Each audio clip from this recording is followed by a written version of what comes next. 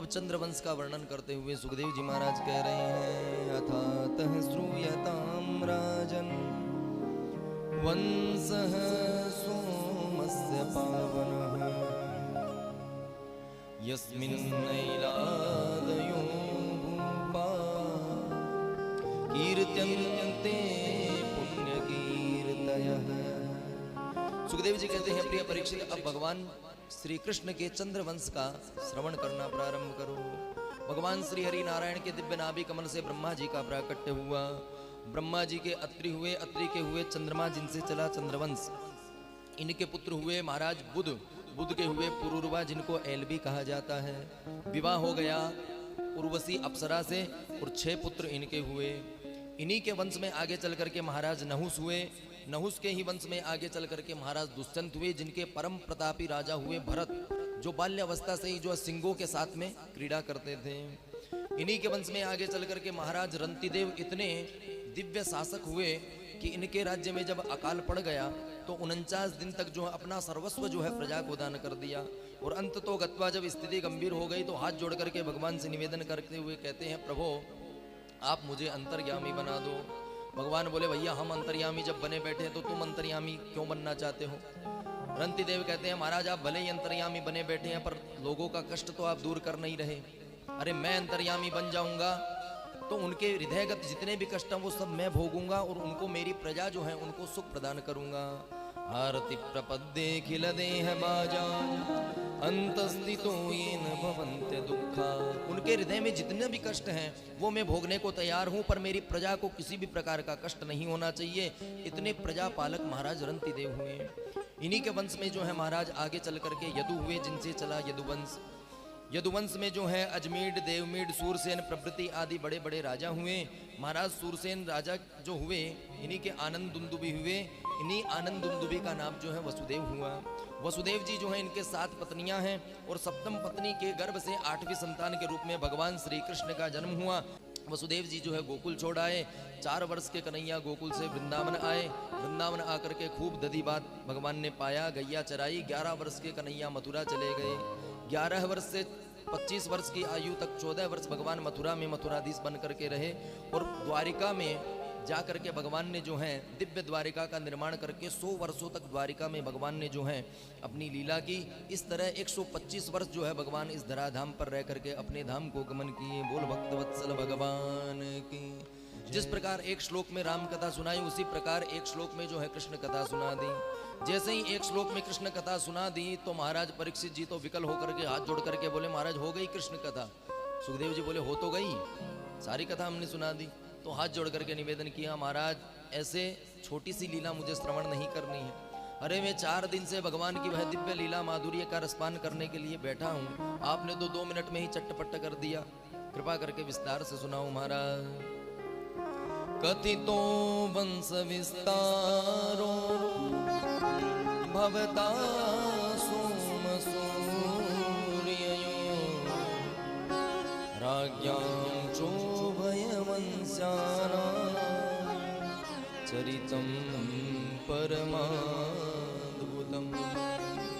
9वें स्कंद को प्रणाम करते हुए अब 10वें स्कंद में प्रवेश करते हैं। सुखदेव जी से परीक्षित जी ने निवेदन किया कि महाराज आपने जो है भगवान की कथा जो है चट्टपट्ट सुना दी, कृपा करके विस्तार से सुनाओ। सुखदेव जी बोले, राजन तुम भगवान की कथा विस्तार से क्यों सुनना चाहते हो? सुखदेव जी बोले, महाराज मैंने सुना है कि भगवान की ये जो कथा है भवरोग की मीठी दवा है। अरे अंग्रेजी दवा जो होती है उसको यदि ज़्यादा मात्रा में ले लो तो गर्मी कर जाती है, दूसरा रोग उत्पन्न हो जाता है। और वैद्य जी जो दवा देते हैं उसको भी खाने में कष्ट होता है, कड़वी दवा होती है। और होम्योपैथिक की जो सफ़ेद वाली डिब्बी में गोली आती है ना छोटी छोटी, खाने में भी मीठी मीठी लगती है, गोली चूसते जाओ रोग भी मिटता जाएगा, किसी प्रकार का कष्ट भी नहीं होगा। तो उसी प्रकार भगवान की यह दिव्य कथा जो है भवरोग की मीठी दवा है, इसलिए मैं सुनना चाहता हूँ। परीक्षित जी से सुखदेव जी पूछते हैं, तुम्हारा संबंध क्या है जो तुम सुनना चाहते हो? परीक्षित जी बोले, महाराज कौरवों का महान सागर था जिसको भगवान ने गोखुर के जैसे पार करा दिया। हमारे परिवारजनों की रक्षा करके महाभारत विजय करवा दी, इससे क्या कम बात है? सुखदेव जी बोले, तुम्हारा व्यक्तिगत कोई संबंध हो तो वो बताओ, ये दादा दादी नाना नानी के चक्कर में ना पड़ो।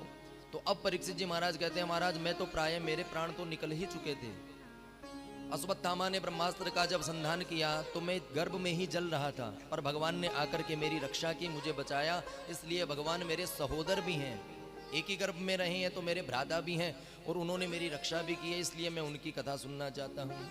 सुखदेव जी बोले, प्रिय परीक्षित, बैठे हुए 4 दिन हो गए, कोई नाश्ता पानी बाल भोग कचौरी समोसा कुछ खा लो भाई, उसके बाद कथा सुनाते हैं। सुखदेव जी बोले, महाराज उस दिन भूखा था इसलिए मुझसे पाप हो गया, महात्मा का अपमान करके सर्प को गले में डाल आया, उसी के कारण मुझे ब्राह्मण का श्राप लगा है। अब मैं आपसे सत्य कहता हूँ, किसी प्रकार की कोई क्षुधा पिपासा मया न बाधते, ना मुझे भूख लग रही है ना मुझे प्यास लग रही है, आप तो प्रेम से भगवान की यही मीठी मीठी कथा श्रवण कराते जाओ। सुखदेव जी महाराज प्रसन्न हो गए, प्रसन्न होकर के बोले, तो सुनो राजन, जब पृथ्वी पर दैत्यों का भार बढ़ जाता है तो गौ माता का रूप धारण करके पृथ्वी ब्रह्मा जी की शरण में जाती हैं। ब्रह्मा बाबा पृथ्वी को लेकर के भगवान के गोलोक में जब पहुंचे तो भगवान ने आदेश दिया कि हम स्वयं पृथ्वी का भार हरण करने आ रहे हैं और अकेले नहीं आ रहे हैं। जनिष्यते तत्प्रियार्थम संभवन्तु सुरस्त्रियः, अपनी वामांगी आह्लादिनी शक्ति के साथ आ रहे हैं, तो सभी देवताओं को भी खबर कर दो कि सभी अपनी अपनी देवियों के साथ में भेष बदल करके पहुंच जाए। ब्रह्मा जी ने आकर के सूचना प्रदान की कि भगवान का अवतार होने वाला है, सभी भूमिका बनाओ और ब्रजमंडल में चलने की तैयारी करो। भगवान ने मथुरा जो है वहाँ पर जन्म लेने का जब मन बनाया तो मथुरापुरी जो है वहाँ पर भगवान का नित्य निवास है। यत्र नित्यम सन्निहितो हरिहि, मथुरापुरी जो है वहाँ के राजा है महाराज उग्रसेन, और उनका दुष्ट पुत्र है कंस।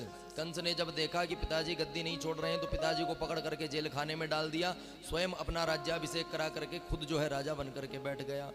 मंत्रियों ने सूचना दी, महाराज आपकी स्थिति सही नहीं है, आपकी हवा खराब हो रही है, आपने बड़े पाप किए हैं, कुछ पुण्य कर्म करो, तब जा करके आपका सत्ता काबिज रहेगी, वरना आपके तख्ता भी पलट हो सकता है। तो बोले क्या किया जाए? बोले ये आप देखो। कंस ने विचार किया कि मेरे चाचा की पुत्री जो देवकी है वो अब सयानी हो गई है, हो सक इसका मैं धूमधाम से यदि विवाह करूं तो समाज में मेरी प्रतिष्ठा जो है वो बढ़िया बनेगी। तो देवक जी की पुत्री जो देवकी थी उनका धूमधाम से विवाह किया, इतना दिव्य विवाह किया कि पूरी मथुरा जो है उसको दुल्हन की तरह सजा दिया। जहां देखो वहां पर उसी विवाह की चर्चा हो रही है। जैसे अभी अंबानी जी के विवाह की चर्चा चल रही थी कि महाराज 6 महीने तक भोजन चल रहा है, बड़े दूर दूर से जो है अतिथि आ रहे हैं, उसी प्रकार मथुरा के विवाह की ही चर्चा पूरे समाज में होने लगी। सभी नगरवासियों ने जब देखा तो विचार करने लगे कि महाराज देखो कितने बड़े उदार मना हैं, अब दिखने में तो बड़े खतरनाक प्रतीत होते हैं पर मन के बड़े कोमल हैं, नारिकेल समाकार है, नारियल के जैसा स्वभाव है, देखने से ऊपर से तो कठोर लगते हैं पर भीतर से बड़े कोमल हैं।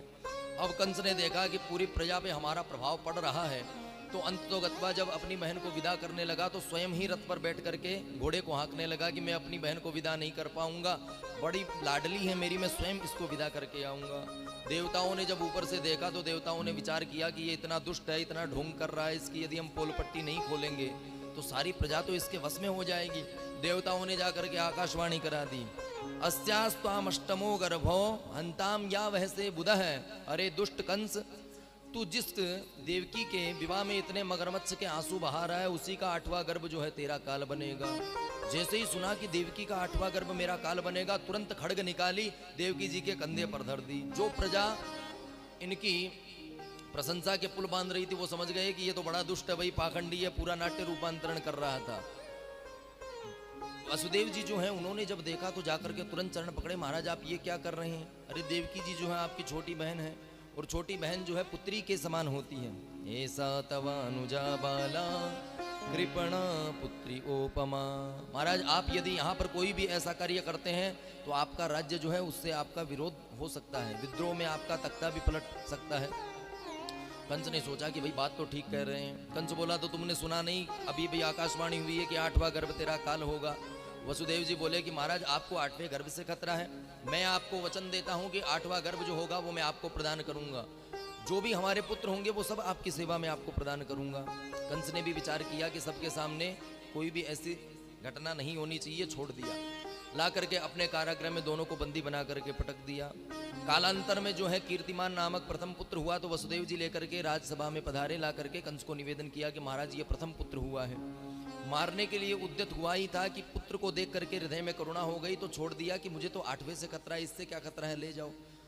वसुदेव जी लेकर के आए। माता देवकी जो हैं दुलार करने लगी, पीछे से नारद जी महाराज आ गए। नारद जी ने विचार किया कि ये पापी यदि पाप नहीं करेगा तो इसका पाप का घड़ा कैसे भरेगा। कमल का पुष्प लेकर के आए, घुमाते घुमाते नारद जी आए तो कंस प्रसन्न होकर के स्वागत करते हुए कहता है, गुरु जी आइए, बहुत खूब आप पधारे। नारद जी ने आकर के पूछा कि कंस ये देख रहे हो, इसे पहचानते हो? कंस बोला, महाराज इसे कौन नहीं जानता, पूरे भारतवर्ष में यही खिल रहा है, ये तो कमल है। अच्छा तो ये बताओ इसकी पहली और 8वीं पंखुड़ी कौन सी है? गिनना प्रारंभ किया, 1 2 3 4 5 6 7 8, ये रही गुरुजी 8वीं ये है। अच्छा यहाँ से गिनो।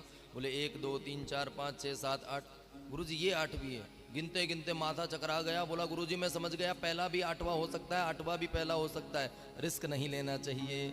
कीर्तिमान नामक जिस पुत्र को छोड़ दिया था उसको बुलाया और धरती पर दे करके मारा, और मारते मारते ऐसे ही 6 पुत्रों की हत्या कर दी। अब सप्तम गर्भ में जो है संकर्षण बलराम जी महाराज पधारे। भगवान ने जो है योग माया का आश्रय लिया, सारा वृत्तांत योग माया को बता दिया कि स्थानांतरण के द्वारा सप्तम गर्भ जो है माता रोहिणी जी के गर्भ में आपको स्थानांतरित करना है।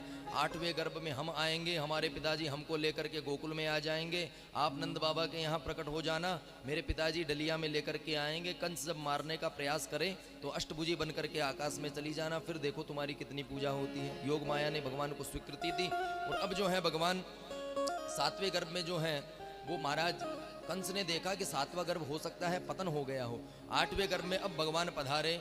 जैसे ही भगवान पधारे तो समस्त देवताओं ने जो है भगवान की स्तुति करना प्रारंभ कर दिया। क्या भगवान का स्वागत कर रहे हैं देवता? स्वागतम कृष्ण शरणागतम कृष्ण, स्वागतम कृष्ण शरणागतम कृष्ण, स्वागतम कृष्ण शरणागतम कृष्ण, स्वागतम कृष्ण सुस्वागतम कृष्ण,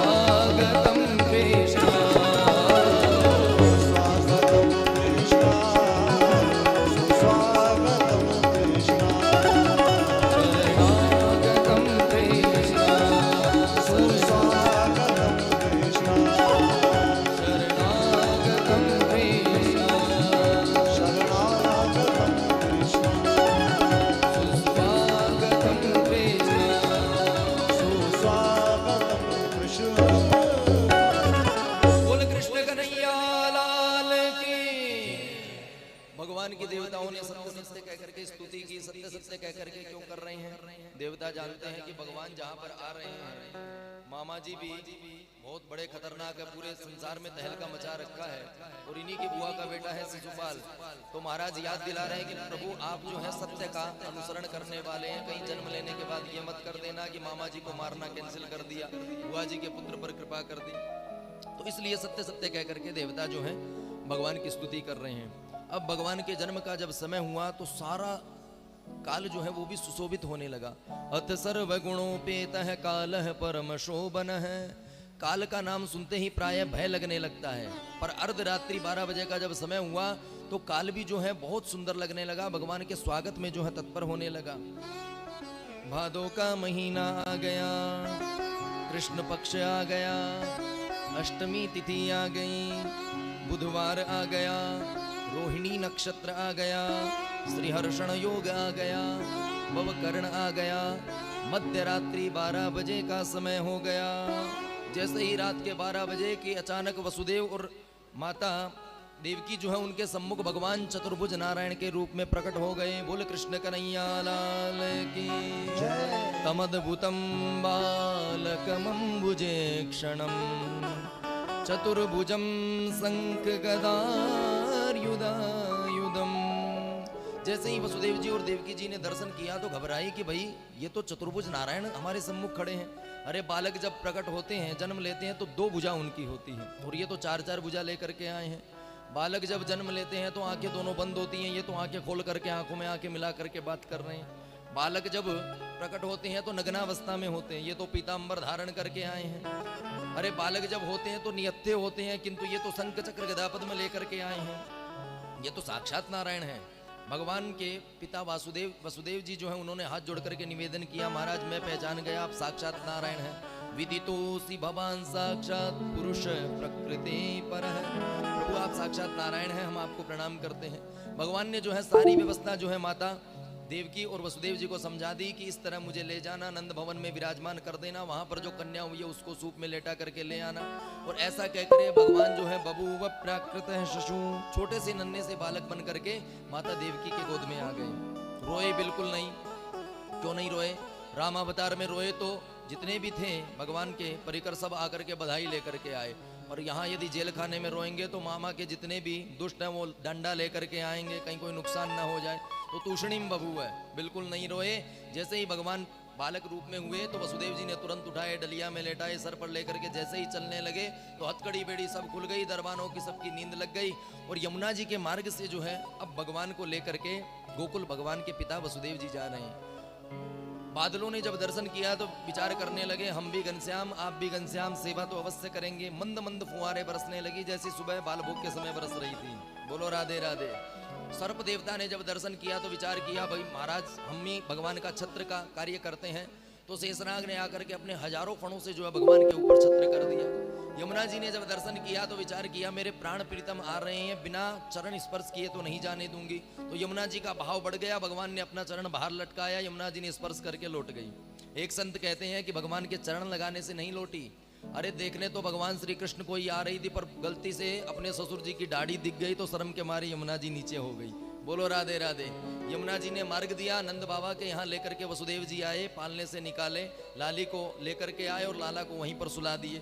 लेकर के जैसे ही पुनः मथुरा में आए तो कारागृह में आते ही लाली ने जो है रोना प्रारंभ कर दिया।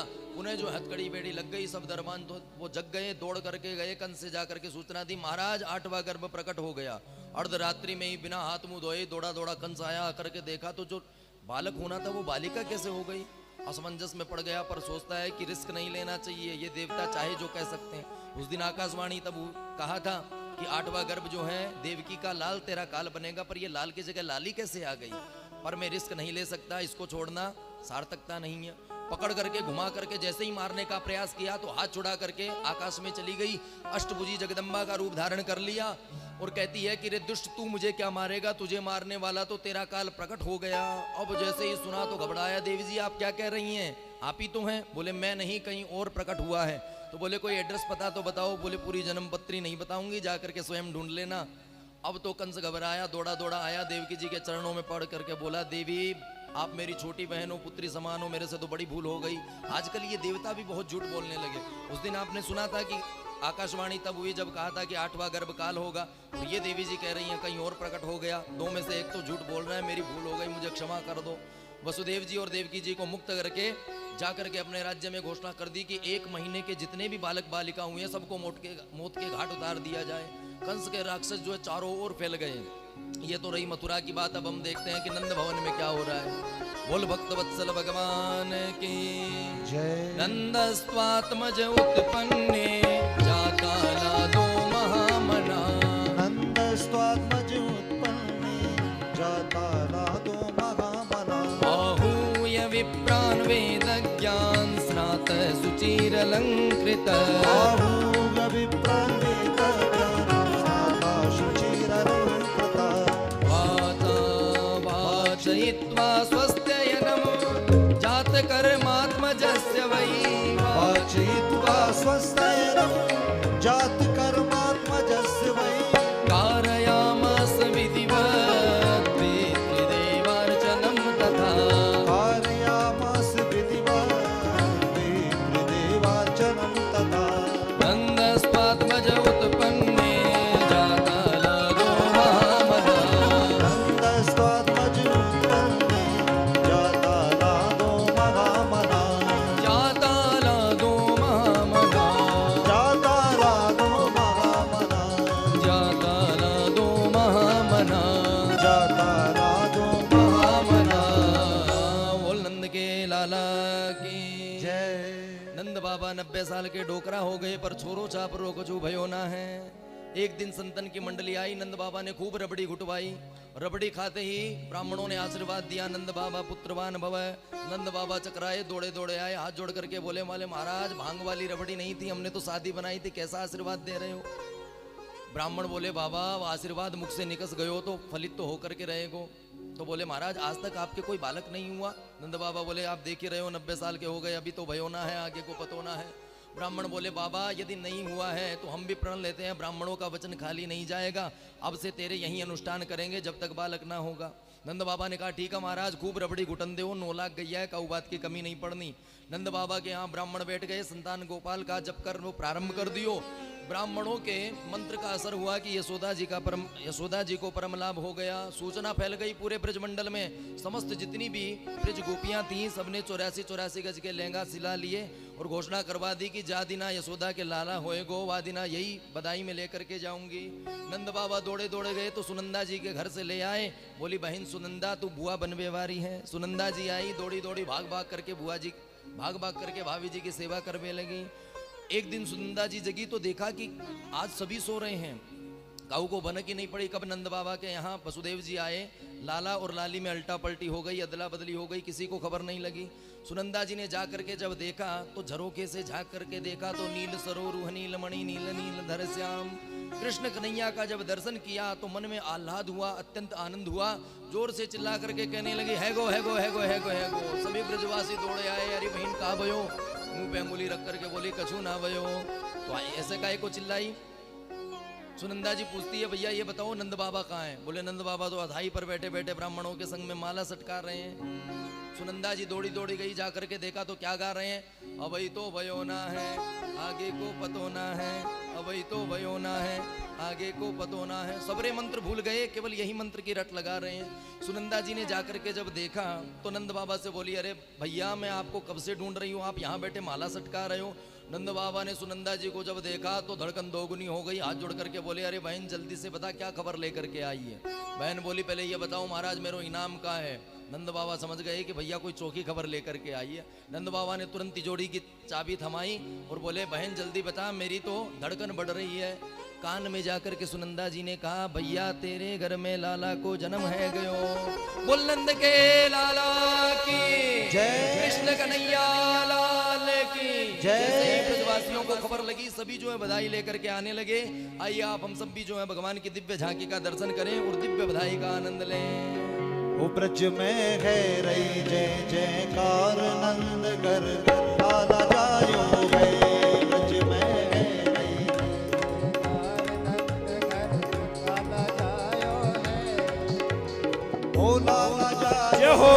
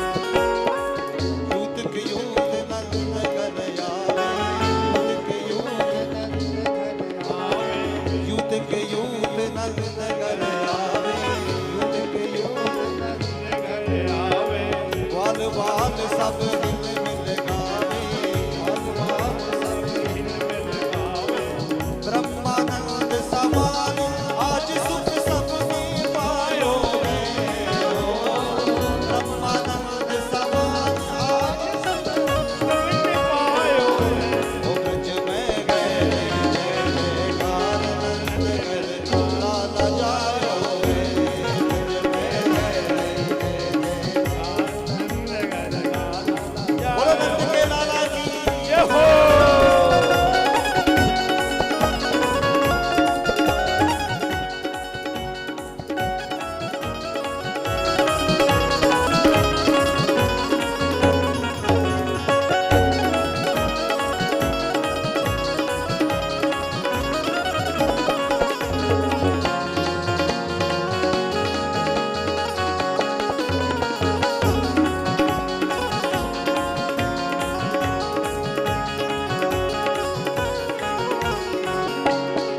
ब्रज 84 कोस में भैया, ब्रज 84 कोस में भैया, ब्रज 84 कोस में भैया, 84 कोस में भैया, सब कहे धन्य यशोदा मैया, सब कहे धन्य यशोदा मैया, ओ सब कहे धन्य यशोदा मैया, सब कहे धन्य यशोदा मैया।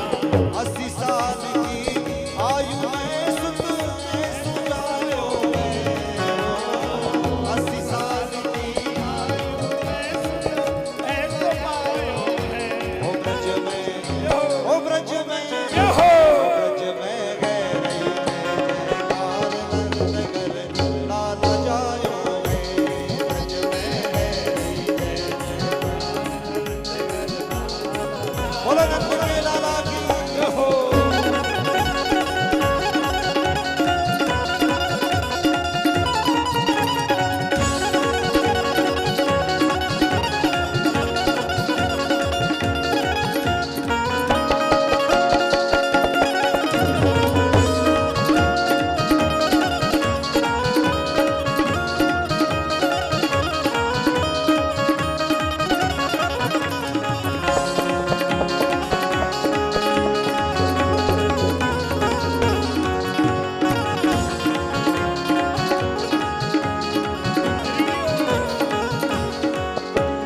ओ नंद यशोदा भाग बढ़ाई, नंद यशोदा भाग बढ़ाई, ओ नंद यशोदा भाग बढ़ाई, नंद यशोदा भाग बढ़ाई। ओ सब ही देने लगे बधाई, सब ही देने लगे बधाई, ओ सब ही देने लगे बधाई, सब ही देने लगे बधाई।